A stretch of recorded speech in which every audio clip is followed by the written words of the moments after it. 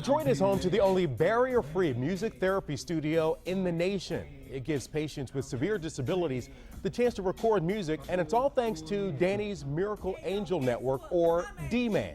Joining us this morning to talk about a D-Man fundraiser that you can attend and be a part of next weekend is its founder, Ziad Kassab. Thank you for being here. Thanks for having me. Love what you're doing. Tell us why you wanted to start this foundation. Well, I got the idea, I had a little brother who was paralyzed from the neck down for about 16 years, and he was a quad and dependent on a vent.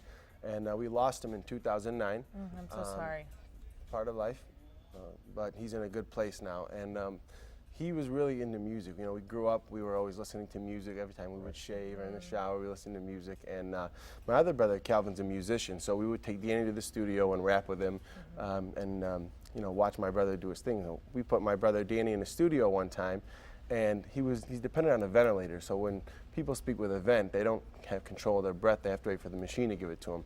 Long story short, he rapped, but wasn't able to do it that well because of the breath in between. So we went back, we edited out the sound of the breath, and then we added a track behind it, and he's like, wow, this is what I would sound like if I didn't have this machine. Oh, right, that's amazing. And it was really motivating, and we just lost him a few months after that, and I became obsessed with this idea to open a studio where people could, with his disability, could do that. What's been the reaction, both to people who are struggling with those disabilities, and where's this reaction coming from?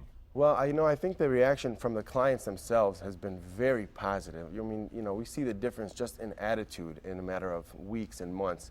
They get this excitement to get into the studio and record, and it's kind of like a musician's dream to be able to do that kind of stuff. So get in the studio, record with each other, and we're seeing clinical outcomes, whether they're physical, emotional, cognitive, social.